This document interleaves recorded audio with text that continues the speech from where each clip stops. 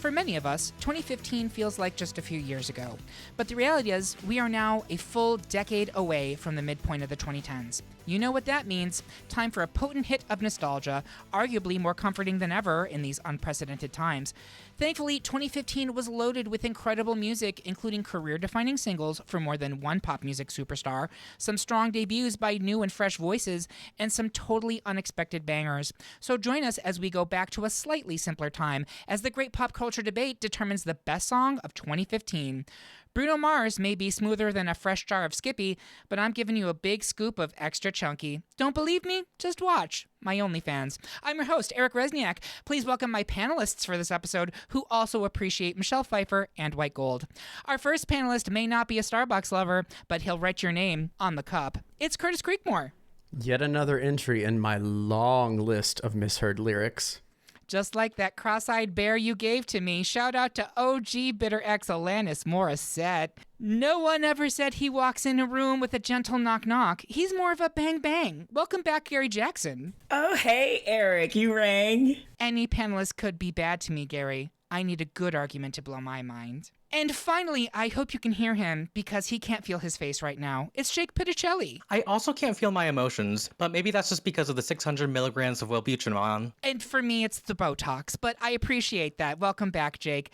And up in the producer booth, we have Derek Makita, who is 5 seconds from Wilden if we don't keep our arguments to the point. If you're curious about how we ended up with this song 16, become a Patreon supporter of the podcast or listen to the 3-minute preview available wherever you listen to podcasts. And don't forget, you can head to this episode on greatpopculturedebate.com to find the listener bracket, as well as all 16 nominated songs, so you can play along with us at home. While you're there, check out some of our other Best Song episodes, including Best Song of 2003, Best Song of 1994, and Best Song of 1985. And with that out of the way, let's worship like a dog at the shrine of our lies as we get into these debates. First up, it's a unanimous decision as the panel has decided that ultimate number 1 seed Hello by Adele is hanging up on 4 seed Thinking Out Loud by Ed Sheeran. But I do want to point out that Ed Sheeran was a huge part of 2015.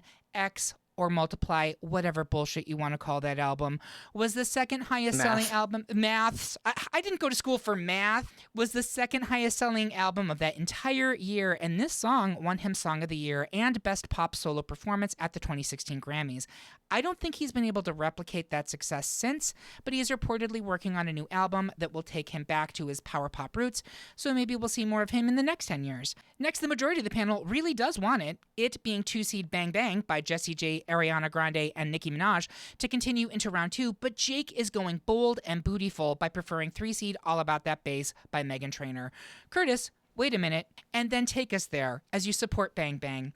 Jake, shake it like you're supposed to do as you seek to sway votes for bass, no trouble. Jake, please go first. Okay, let me first say I like both songs, and I wouldn't be mad if Bang Bang moved forward. I actually saw it live when Jessie J performed at my college concert. That being said, I have to give Meghan Trainor some love. She is Cape Cod native, so represent Massachusetts, and it was a song that gained a cultural movement about body positivity from the music video, the live performances, the lyrics. I think my favorite lyric of the entire song is "I won't be no stick figure silicone Barbie doll." It's just a really playful, catchy, cheeky, funny song. It has a lot of 1950s vibes and sounds. And I think the whole album, including Lips Are Moving, Like You'll Never See Me Again, kind of also continues that sound. But I think that song, you heard it everywhere that year, and it had over 1 billion views on YouTube, and that was her first song. To have your first song go over 1 billion views on YouTube is just a breakout, and it was just a phenomenon. So I definitely associate All About That Bass being one of the biggest songs of 2015. Curtis, why don't you talk to us about Bang Bang? Sure. This song holds a special place in my heart. I got to do my best Nicki Minaj impersonation while performing this at Club Cafe Karaoke on a fateful Wednesday night with my 2 good Judies from the Boston Gay Men's Chorus, Chris and Max. They have since moved on, but they used to be there. And I know I'm going to regret this, but it's Mick Moscato, it's Fizz in the bottle, it's Nicki full throttle, it's swimming in the grotto, we winning in the lotto, we dipping in the paddle blue fo dough, kitten so good, it's dripping on will and get the ride, and they just that could go, a Batman robbing it, bang bang cocking it, Queen Nicki dominant, prominent, it's me Jessie. Yeah, so clap for that hooker. That was really miss, good. Blake. Yes, Work. work. Mom. We see you. Thank you. I had to do that. That song was a showstopper. Whether we did it or whether they were doing it, it debuted at number 6 and later peaked at number 3 on the U.S. Billboard Hot 100, and it was nominated for a Grammy for Best Duo Group Performance, winning the illustrious Nickelodeon's Kids' Choice Award for Song of the Year. That's important information right there. Yes. Is that the key got? Great job. So, Gary, it's between Bang Bang by Jessie J et al. And it's against All About That Bass by Meghan Trainor. So Bang Bang is the young girl's version of Lady Marmalade to me. And so I'm gonna go with Bang Bang mainly because of the crossover. All three of these amazing artists did a phenomenal job. A big fan of all three. Ari, Jessie, and is it Curtis? Is Curtis new? Yes. Nicki. Curtis But yeah, is so yeah. my vote is Bang Bang. Great. I have to say, you both did a really good job on this one. These are two very good songs. They're both emblematic of 2015. I thought, Jake, your defense of Meghan was actually the best defense of Meghan I've ever heard. And frankly, she needs it because ever since this, it's been the more I know about her, the less I want to. But I enjoy her music. Well, can I say she's managed to stay relevant? I mean, her last big song was Made You Look, which was all over TikTok. Yeah. And she I was really on enjoyed that song. Me too, and it was definitely a throwback to, I think, this era that we're referencing now about All About That Bass. Yep. She went on to judge 2 shows, I think The Voice in the UK, and then this other show on Fox called The Four with Fergie and I forget the 2 other people. Yes, that sounds very 2010s to me. I guess for me, I'm giving it to Bang Bang here. And also, I have to vote against Meghan because of the whole unicorn onesie on Drag Race when she was a guest judge. It cannot be forgiven. It cannot be forgiven. But we will be moving Bang Bang into round 2 because it's a split decision and that's a 2 seed and Meghan is a 3. Next, the bulk of the panel wants to continue hanging with 1 seed Stay With Me by Sam Smith, but I'm trying to spell upset with 4 seed X's and O's by Elle King. Gary, gain some self-control and explain to us why Stay With Me shouldn't be left alone. I will explain why X's and O's is the best baby that we're never going to keep. I'll go first. Okay, so I'm just going to tip my hat here and just say that I'm going to spend a good chunk of this episode absolutely shredding Sam Smith, who is in not 1 but 2 of the Sweet 16 songs. And sorry to that person, sorry to that person's fans, but it's just not for me. There's nothing else like this song, X's and O's, on this list. In fact, there was very little else like this song on pop radio at the time. It's a blues rock song with a country vibe. It's a rollicking song that crosses genres, and I found it to be a breath of fresh air. Super catchy chorus, and it was a success. Top 10 on the Billboard Top 100, topped the rock and alternative charts, certified 4 times platinum, nominated for a Grammy for Best Rock Song. I'm not a huge Elle King fan. She's a bit of a mess and has the Nepo baby baggage. And in this case, I really do mean baggage because her dad is ex-Saturday Night Live cast member and Adam Sandler crony Rob Schneider. But I just can't with Sam Smith. I especially cannot with 2015 Sam Smith. Their stuff has gotten better in recent years, but every time I listen to any of the songs off that debut album, it makes my genitals retract into my body. Also, let's be real about the lyrics of Stay With Me. Let's take out the chorus, which is whatever, not particularly great in and of itself, but it is repeated 4 times in a 2-minute and 53-second song. Beyond that, there are 2 verses which could be charitably described as cringe-inducing live journal posts from a college freshman. The whole song is cringe. The lyrics, the mewling. You want someone to respect you, respect yourself. Or go be a whore. I don't care. But this is the fucking worst. That being said, I believe it's 3-1. So if I swayed anyone, Curtis. Absolutely not. Okay, great. Have I swayed you, Jake? I am Team Sam. I'm sorry, Eric. No, don't be sorry. I know that I am in the minority here, and I'm totally okay with that, and my dislike is irrational. Gary Jackson, I assume you're sticking with Sam Smith here. Sorry to that person, and yes, I was sticking to Sam Smith. Yeah. And I am sorry to Sam, but guess what? I'm not that sorry because you're continuing to round 2, Sam. Congratulations. Everybody else is right and I'm wrong. Not bitter at all. Not at all. Not at all. Next, 3/4 of the panel wants to call the police and the firemen because 3-seed Uptown Funk by Bruno Mars and Mark Ronson is too hot to leave the bracket in round 1. But Jake wants to bust a move with 2-seed Shut Up and Dance by Walk the Moon. Gary, fill my cup, put some liquor in it, and tell us why funk should linger into round 2. Jake, don't you dare look back as you push for votes for Shut Up and Dance. Jake, please go first. All right, so picture it. Boston, 2015. It was a very pivotal year for Jake. I graduated from college, and we were about to get our first female president. And this is a song that I just associate with that time in my life. I mean, I think I'm a little biased with that, but it's my opinion, so I can do whatever I want. Yep. It's a song that instantly puts me in a good mood. I worked at American Eagle while I was in college as like kind of a job to make money on the side, and they played that all the time. And it was like the one song that did not drive me insane. So that in itself and it's just a really catchy song. They said that they were influenced by The Edge, which is a song from U2, which is the Songs of Innocence album, which is that album that they all put on our iPods without permission, which I'm still bitter about. Oh, God. I know. Sorry to bring that up. Broke the record for the longest reign atop the alternative Billboard hits. And this was their first big song, kind of their breakout song, much like Meghan Trainor's All About That Bass was her breakout song. I compare it to that. But I can also see why Uptown Funk moves forward. But I just like the song and it makes me happy. It's a great song. I love it too. Monk. Uptown Monk. That's the Gregorian chant version. Remember when those were hot for 2 seconds in 1997? Great job, Jake. This is a 3-1. So, Gary, I'm going to have you hold on to your argument right now. I want to check. Curtis, did he sway you, or are you sticking with Uptown Funk? So I got to see Walk the Moon in live. They came and performed at a conference that my former company put on, which is how far they had fallen. Also, well, it's true. And Jake, you said that this was like their first big song, and I can't think of a single other one that they have released that got anywhere close to the top. I'm going to stick with Uptown Monk and Funk. I think it's a better song. Okay, excellent. And Gary, are you going to stick with Uptown Funk here? I am sticking with Uptown Funk. I love both of these songs. It's actually, I don't love every song on this debate, but I love these two as well as I like the first two that we were stuck on. And I'm going to give it to Uptown Funk, but this is a great song. Curtis may be right. Maybe they're a one-hit wonder. I honestly don't know, but I have no notes. I think Start Up and Dance is a great little pop ditty, and I was obsessed with it in 2015, no doubt.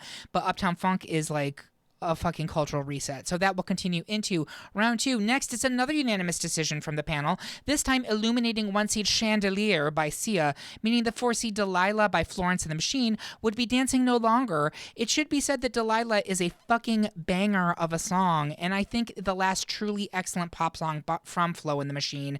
But come back. The dog days are over. Just kidding. We're surrounded by dogs. But that doesn't mean that we don't need good music. Frankly, we need it now more than ever. Next, the bulk of the panel wants to fill up the spots on 3-seed Blank Space by Taylor Swift, but Gary is, ironically, the only one supporting 2-seed I'm Not the Only One by Sam Smith. Curtis, see if you can make the bad guys good for the weekend by pushing T-Swift into round 2.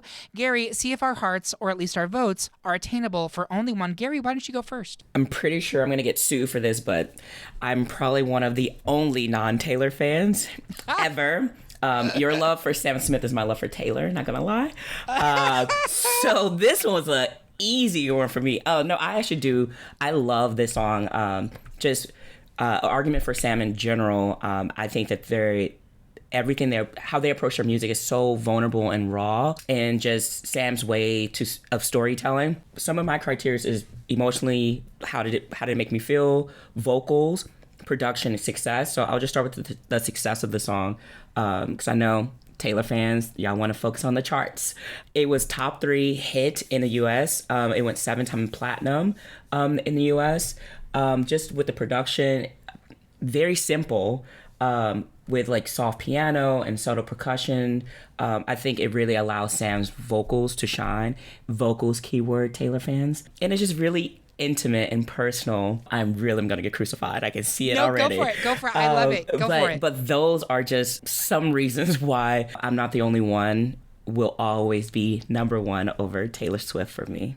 Oh, that was very good, Gary. Thank you very much. Jake, did he switch your opinion? Let me do it. Let me do my argument again. Let me do my argument, because I am voting for this moving forward. Of the 2 Sam Smith songs on the list, I do think that this is the weaker entry.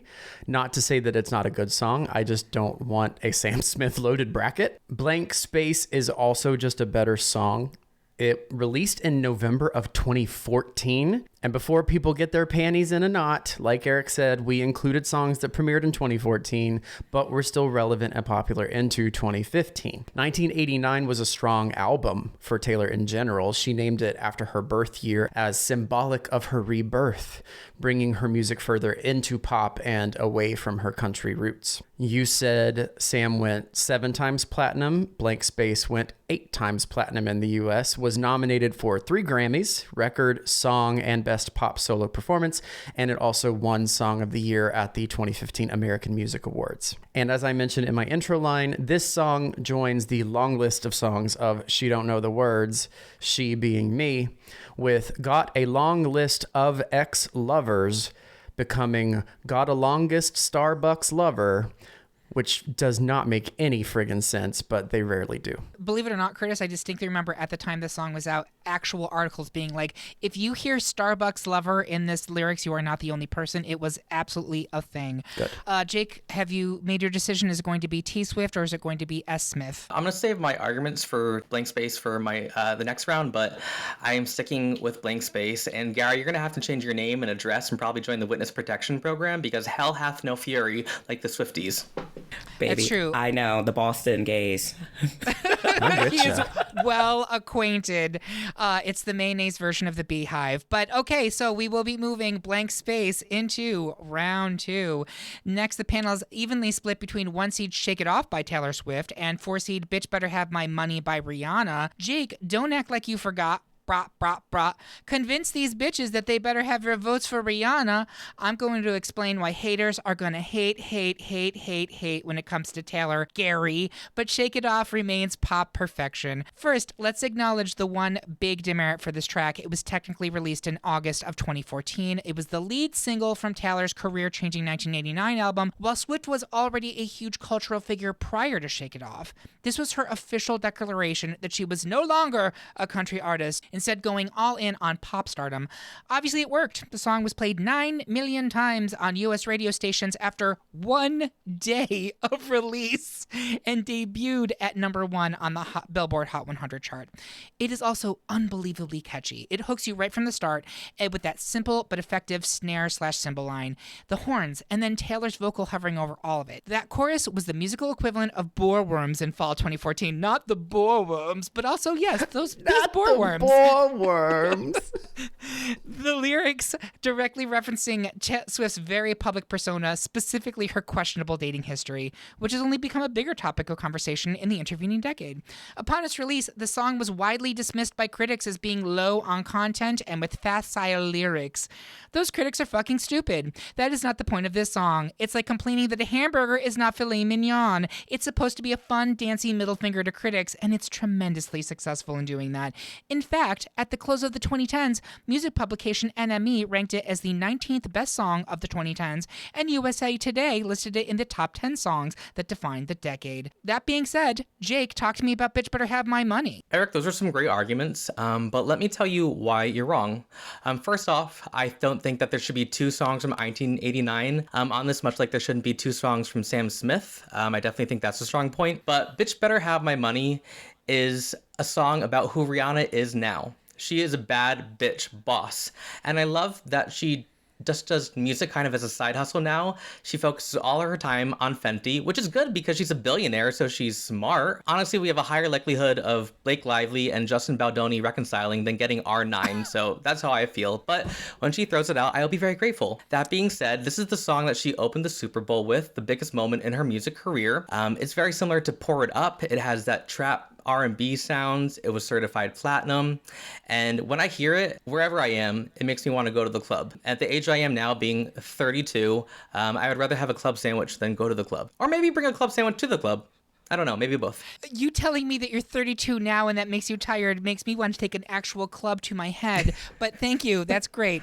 All right, so Gary, is it going to be Shake It Off or is it going to be Bitch Better Have My Money? Oh, you know it is. Bitch Better Have My Money. It is so unapologetic, bold, and it's very classic Rihanna's like persona. Brah. Curtis, is it going to be Bitch Better Have My Money or Shake It Off? I'm so sorry. I can't do it. That song is 2 notes. Da, da, da, da, da. Da, da, da, da, da. It's 2 notes. I can't vote for two notes. And I don't like Taylor Swift either, but I also like my house and I don't want it to be burned down. So I'm going to vote for Taylor Swift. So we are split. And in splits, we go to the seeds. Shake It Off is a 1 seed, and Bitch Better Have My Money is a 4 seed. I'm so sorry, but that means that Shake It Off will move into round 2. I'm also, spoiler, not sorry about that at all. It's crazy to me that was a split decision, but that's fine. One last split decision in round 2 between 3 seed Love Me Like You Do by Ellie Goulding and 2 seed I Can't Feel My Face by The Weeknd. Gary, I know the worst is yet to come, but why do you think The Weeknd should stay in our bracket? Curtis, what are you waiting for? Tell us why Ellie Goulding should advance into the Elite Eight. Curtis, please go first. I love that these two songs are up against each other because they have a similar outer space ethereal synth feel to them. It feels as close to apples comparison as we can get here, I guess. Sorry, not sorry. I don't like The Weeknd. I don't like The Weeknd. I don't think he's a talented vocalist, and that's how I choose my music. Sorry. Ooh. Now my house is going to be burned down. Oh, girl. And I'm honestly not a big fan of Ellie Goulding either. If it were up to me, I would just vote present here. I mentioned several other songs in the warm-up episode that should be here instead of either of these two songs. Take Me to Church, Cool for the Summer, One Last Time, all better than either of these two songs. I digress. LMLYD went 8 times platinum in the US. It was nominated for several awards, but it got beaten in basically every category, unfortunately. It notably did receive a Golden Globe nod for Best Original Song for its presence in 50 Shades of Grey, but I think that actually loses it points, not gains. So I'll just stop. Present. All right. Gary, talk to me about The Weeknd. Starting off by just saying, well, god damn, Curtis, just eat them both. I sadly don't disagree with you. However, I think The Weeknd brings something just like this mysteriousness about him that is it draws you in. This particular song did a really good job of crossing genres. For that alone, I think makes it super successful and should move on to the next round. It blends pop, R&B, and funk. I agree with you. It's like the ethereal type of approach for both of these songs. Success for this song was Rolling Stones ranked it at its best song of 2015. It was nominated for 2 Grammy Awards. It peaked at number 1 on the US Billboard Hot 100. And it was certified diamond by the RIAA. And it's super catchy. You can close your eyes and you can start humming it and kind of envisioning this song. But The Weeknd should move forward. I'm with The Weeknd here. So in terms of which of these two songs would I think is better, I actually can't, because yes, you're right, they both have that weird outer space sound, but they couldn't be more different in the types of songs they are. And I actually think they're both very good songs for what they're trying to do. But I think what one is more important to 2015, what is more iconic to that year, it's The Weeknd. It's I Can't Feel My Face. It was 100% everywhere. Love Me Like You Do was, and I love Ellie Goulding. She's a career achievement in being topless under a fur coat. She's got it. But in terms of who's more important to that year in pop culture, it's The Weeknd for me. So in a split decision, we go to the seeds, and I Can't Feel My Face is the 2, Ellie Goulding is a 3, and The Weeknd will continue into round 2. And that's the end for round 1. We're going to take a quick break and les out with Demi Lovato on Summer Break. Don't tell your mother.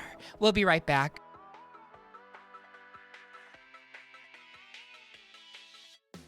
Hey there. If you're enjoying this episode of The Great Pop Culture Debate, and I sure hope you are, we would love for you to consider supporting the show on Patreon. Patreon sponsorships start at $5 a month and include loads of great perks, including access to our super active Discord server, exclusive episodes, and warm-ups you won't hear anywhere else. And at the $10 level or higher, your own GPCD tote bag, which is only fitting, as this is basically our version of an NPR pledge drive. We can only produce this show with your support, so please consider heading to patreon.com/greatpopculturedebate and joining us today. And we are back for round 2 of our Best Song of 2015 debate. Before we get into the Elite Eight, I want our panelists to share their social media and what else they're working on. Kurtich, where can people find you and what else are you working on? Oh, God, I'm barely on social media anymore, but at Kurtich, Curtitch. I'm on Instagram, but I rarely post. I'm just looking at you. That's what it is. I'm just looking at pictures of you. Porn. Yeah. I am part of the Boston Gay Men's Chorus, as I mentioned before. I don't know when this is going to air, but It will be out before your next concert, so Okay, please we plug your have- concert. in June, we have a Dolly concert, and you are actually in the presence of greatness because all four of us, in five, if you include Derek, the producer, are or have been members of this chorus. So in June for Pride, we are doing a full Dolly Parton concert. Very, very excited. It's going to be a hoot. So if you're in the Boston area, get tickets and support our chorus. You can get tickets at bgmc.org. Is that correct? Correct. You should do that. Thank you so much. Gary Jackson, he's already stolen the plug for the BGMC from you, but what else you working on and where can people find you? You can find me on IG at Gary Music Man J. It's my only social that I'm trying to cut back as well. Working on right now, I'm trying to get back in shape. So when this airs, hopefully I'll be doing all my sports stuff from kickball to dodgeball and just being in these streets trying to be cute. Yep, he's going to be Hot Girl Summer Yes, all over ma'am. again. Great, thank you very much. Jake Pitticelli, it's always Hot Girl whatever for Jake Pitticelli. What are you doing and where can people find you? First off, it's always Thought Girl. Thought Girl, yes, honey. You can find me on Instagram and Threads at jtesu_. Funny enough, that's also my Venmo. That's so funny. And right now I'm working on my taxes, specifically my state taxes. So please Venmo him money because, again, In case I owe the IRS. Yeah, I hear that. Well, thank you very much, sweetheart. So the best place to follow us is on Blue Sky at gpcd.bsky.social or at gpcd on Mastodon. You should also make sure to subscribe to our page on YouTube where we're going to be posting original video content more often in 2025. But what you really need to do right now is to sign up for our weekly newsletter, new every Tuesday at noon. It tells you about everything that's new in pop culture that week. So sign up by finding the link to this episode at greatpopculturedebate.com or via our link tree on any of our social media accounts. Now let's move into round two so we can catch up with our favorite trap queens. The panel again unanimously voted to move forward Adele's Hello, a 1 seed, which meant 2 seed Bang Bang by Jessie J, Ariana Grande, and Nicki Minaj went full throttle off the cliff of our bracket. We talked about Bang Bang in the first round. I agree with someone made the comment that it was basically the 21st century version of Lady Marmalade. We haven't talked about Hello yet. It is 100% Ursuling its way to the final four. Next, the panel is split between 1 seed Stay With Me by Sam Smith. Good. And 3 seed Uptown Funk by Bruno Mars and Mark Ronson. Curtis, whine and squeal as you try to emotionally manipulate the panel into voting for Smith. I will remind people that they can vote for a song that actually has a pulse, excitement, and that people actually like with Uptown Funk. I'll go first. Uptown Funk was also released in 2014, but at the very end of it, it didn't end up topping the Billboard charts until 2015, and at that point, it was definitive song for the year as it continued to sit atop the Billboard Hot 100 for a staggering 14 consecutive weeks, becoming the third longest running #1 single of the entire 2010s. Why is it popular? Listen to the song. I mean, seriously, it's infectious. Every element of it. It's a joyous celebration of music, pop culture, and swag. Critics decried it as not even a song, just a series of individual vamps. Sure, but every one of those lines is catchy as hell. Bruno Mars is the absolute perfect vocalist for this, with his band providing a great backing vocal that brings to mind classic James Brown mixed with 80s synth funk of Morris Day and the time. On the other hand, you're back to Bummer Town with good old Sam Smith. Riveting! But by all means, Curtis, talk to us about why Sam Smith should continue. America, I am gooped at this shenanery that is coming. Get it. Oh my God, he has never been like this. I know. I warned you. I told you. I told you from the start just how this would end. You did. This is the better Sam Smith song. This song was so popular that it was released in April of 2014 and still charted well into 2015. It went diamond, meaning it had over 10 million certified sales, and it won Record of the Year and Song of the Year at the Grammys. Do you know what else started in April 2014 and continued into 2015? Comas. Jake, where are you voting here? I love a good coma.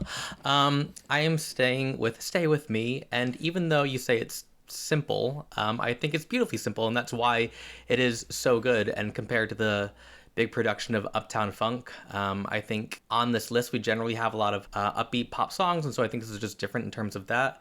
So I am staying with Sam Smith. Yeah, I mean, I did say it was simple. I also said it was terrible. But Gary, where are you? I'm just going to start off by saying to our UK listeners, I am so sorry, y'all.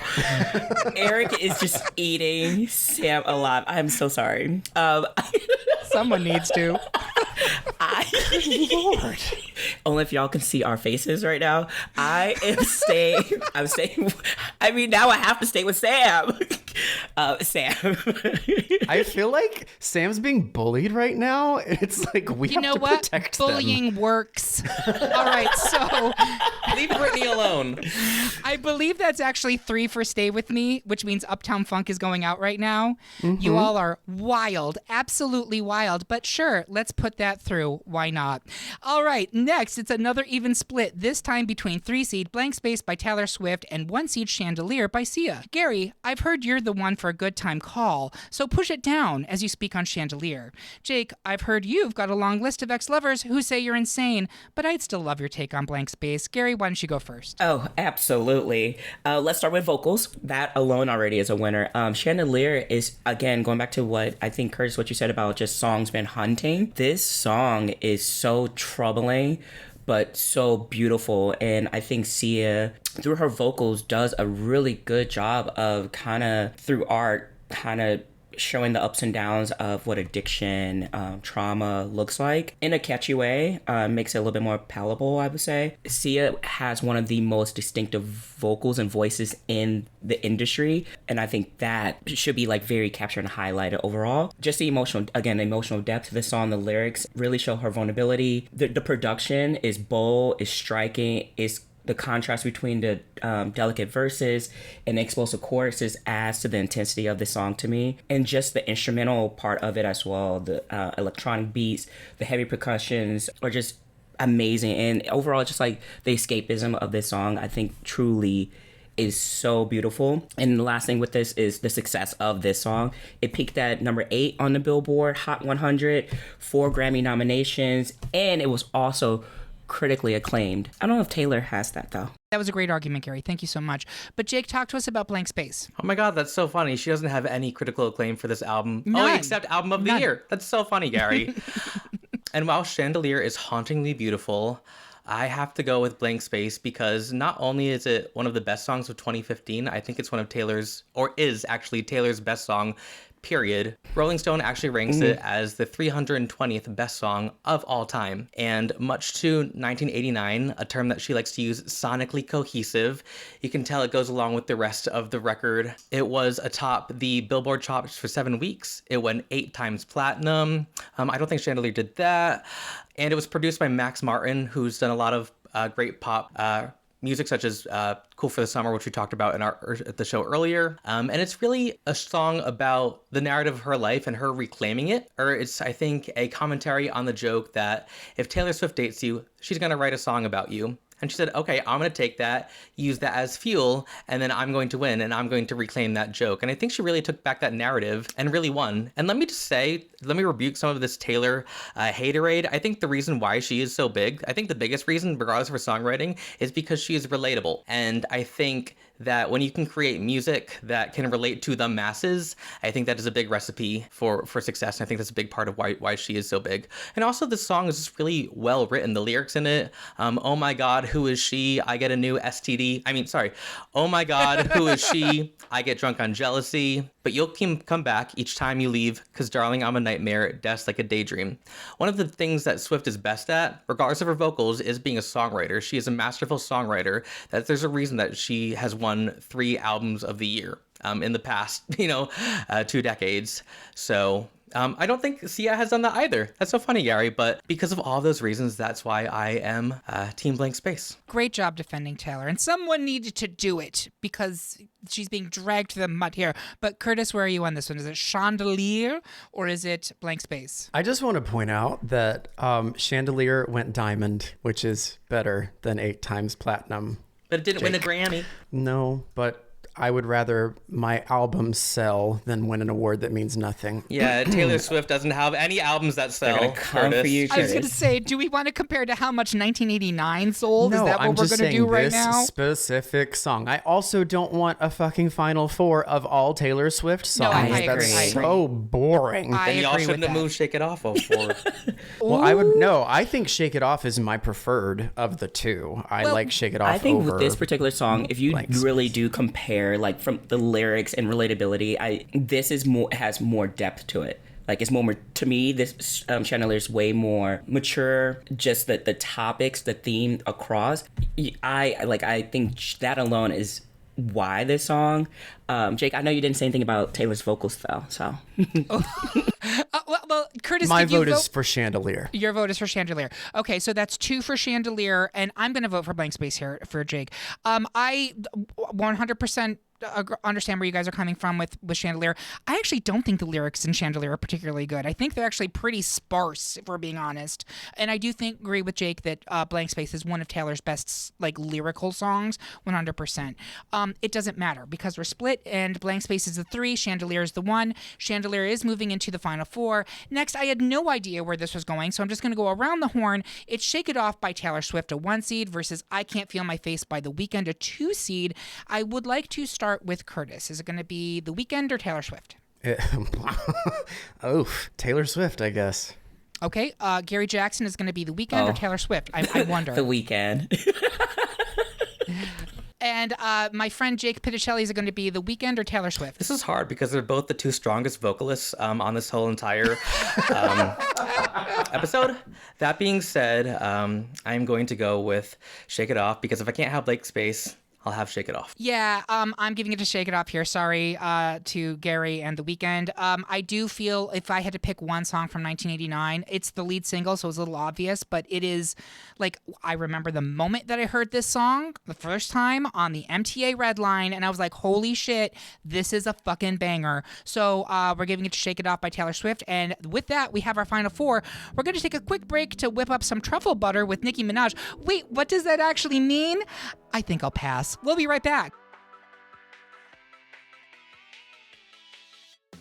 Another email newsletter? God, I know. But listen, the Great Pop Culture Debate newsletter, it's actually useful. Give us 3 minutes of your lunch break, and we'll tell you all the coolest new stuff in pop culture that week. The biggest new movies in theaters, the hottest new albums about to drop, the TV shows everyone will be talking about. We bring it to you every ball. It's all thriller and no filler, and you'll also find out all the fun news from the podcast. Subscribe today at greatpopculturedebate.com/subscribe. And we are back with the final 4 of our Best Song of 2015 debate. At this point in the podcast, I always like to take a step back and see if it shook out the way I expected it to. We have all 4 1 seeds, which doesn't actually happen that often. I also like to add at this point that no matter which option wins, we are celebrating all of these entries, and I hope nobody gets salty about what comes next, and I should really direct that at myself, Eric? because Right? certain people have been up on themselves this episode. So, in the words of Rihanna, bop, bop, bop. Okay, so it's 1 seed Hello by Adele versus 1 seed Stay With Me by Sam Smith. I'd like to go around the horn here. So I'd like to start with Curtis Creekmore. Where are you going? Pepperoni. I mean, hello. It's Adele. Need we say more? Obviously we do. We have not talked about this song literally at all. Adele had already hit the mainstream with her sophomore album 21. Hits like Rolling in the Deep, Set Fire to the Rain, and Someone Like You had swept American music. 25 came out at the tail end of 2015, but immediately exploded, breaking first week sales records in multiple countries. Hello was released as a single about a month prior to the full album. It was streamed 7.32 million times in its first week, breaking the previously held record of Bieber's What Do You Mean? At the 59th Grammy Awards, Adele took home 5 awards, including Album of the Year for 25, while Hello won Record, Song, and Best Pop Solo Performance. She is the first artist in Grammy's history to sweep the big 3, Album, Record, and Song of the Year, twice. She also is the first woman in Grammy history to win Song of the Year twice. I will stop for now, but it's clear this is, as we say in our line of business, a juggernaut. We do say that. Gary Jackson, is it going to be Hello by Adele, or is it going to be Stay With Me by Sam Smith? Sam, you in danger, girl. It is, Adele. It's Adele. It's Adele. Adele Dazeem, Jake Pitticelli, is it going to be Hello by Adele or Stay With Me by Sam Smith? Hello, and for our Korean listeners, Annyeong. Annyeong. And for our Arrested Development fans out there. Oh no, guys. I think that means that Stay With Me by Sam Smith might be leaving the bracket. I'm really broken up about this. It's very sad. Eric is crying. You are the saltiest of Sandras I tonight. sure am. Take a lick, honey. Get your daily recommended value of sodium, which means Hello by Adele will continue into the final two. It's one seed Chandelier by Sia versus one seed Shake It Off by Taylor Swift. I'm going to start with Jake, actually. Where are you on this one? As much as I gave Gary crap earlier, I'm going to go with Chandelier.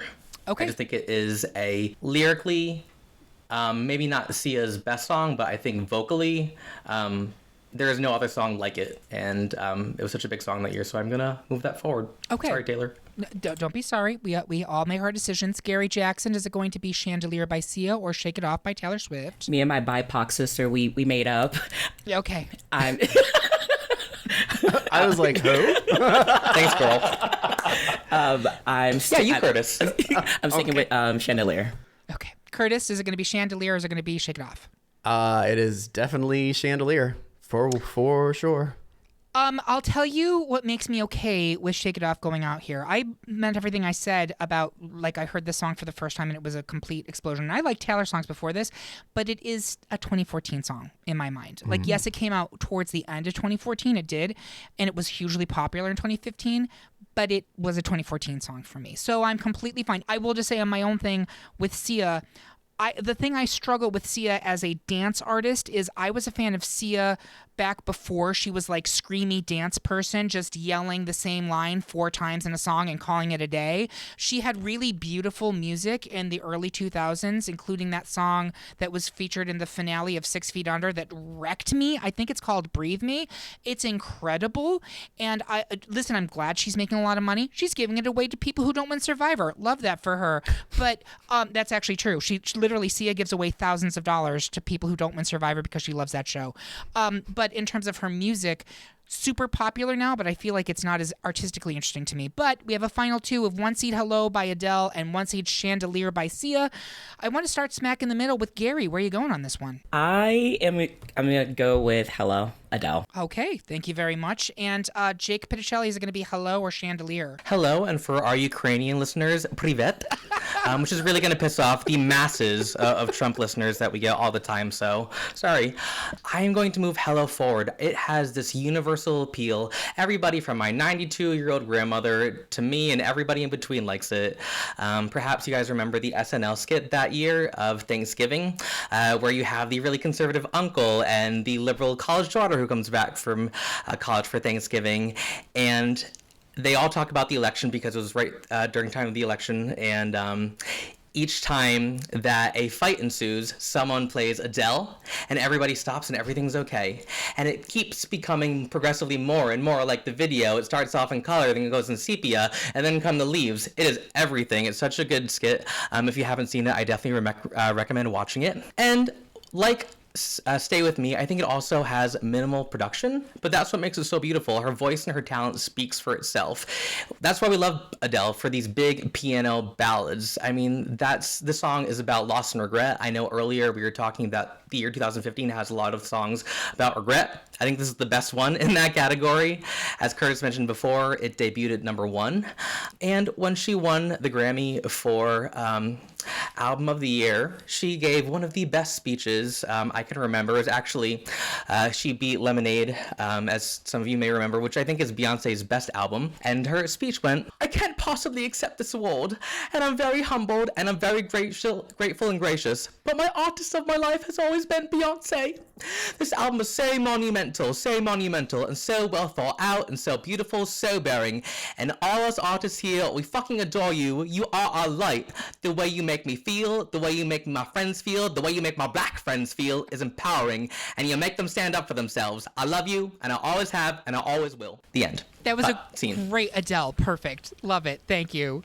That was Adele Dazeem. That That was her. Yes. Perfect job. Curtis, where are you? Is it going to be Chandelier or is it going to be Hello? I don't think it's really a competition, but I haven't talked about Chandelier. I really love Chandelier. I did not know of Sia before Chandelier. I don't think that I had come across any of her music, or at least I didn't know at that time. And Chandelier was everywhere. It was everything. It was so different than the music that was out in 2015. There's no one like Sia. There is no one like Sia. But Adele swept 2015, even though this was only out for like 2 months. Like it was such a monster hit. It's such a good song that, yeah, I'm going to go with Adele and hello and goodbye. Yeah, to me, you make a good point that Hello came out in November of the year, but it was almost like Oscar movies that come out like the last 2 weeks of the year that they ultimately define the year in film. 100% Hello defined this year. And it's weird, right? Like I was thinking about this. I can't think of another song like this that captured America. Like it is a old school piano ballad, right? There's something about it though that crossed all demographics. Like people just love this song, and we actually touched about this in the we weren't even recording, Jake, but yeah, like there's so much about regret in the music of 2015, and nothing is a better distillation of that than Hello by Adele. Curtis? My Heart Will Go On. I Yeah, think this is the My Heart Will Go On of the 20s, Totally agree. 2000s. That's a good comparison. Totally agree with that. So there you have it, folks. Our pick for the best song of 2015 is Hello by Adele. Do you agree? Are you ready to sing your fight song? Tell us how you really feel by leaving a comment on this episode at greatpopculturedebate.com or find us on Blue Sky or Mastodon. While you're there, make sure you subscribe and follow the podcast so you can hear about what new debates are coming soon, vote in open polls, and even decide on which topics we tackle next. I want to say thank you to my panel. Let's go find some chandeliers from which to swing. And thank you for listening. If you loved what you heard, please consider supporting us on Patreon, where you can get even more exclusive content and you get episodes a whole day early. We hope you have a good one. And remember, everyone is entitled to their wrong opinion. I love you, Sam Smith. Can't wait for the comments. They're gonna eat me. Oh, I'm not just you. I think we're all in trouble. Everyone We have is in all trouble. offended someone tonight. The Jake, I alphabet think, is is about in the to clear. get us. Yep, Jake is in the clear. Jake is good. He's just like, you guys are all on your own. You can fuck yourselves. I am very comfortable here in my correct opinions. I've got the Fenty crew coming. I've got... The Navy is coming for you, honey. The Rihanna Navy. The What is Navy. it? Demi Lovato's Lobotics. Let me be very clear. I enjoy the Sam Smith music currently much more than I enjoy Sam Smith's original See, stuff. I'm the opposite. I actually like their old stuff more Many so people than. do. Yeah. I realize I'm wrong here, Gary. There are things where I can see in pop culture that I'm wrong. I'm wrong here, 100%. But I have to be honest with myself. I really would Last album, love. Gloria, was really good. I really would love for y'all to give me the appeal of Taylor. I know it sounds horrible. Give you what? The appeal, I don't get it. appeal. I thought you said Appeal. uphill. No, sorry. The appeal of appeal. Taylor.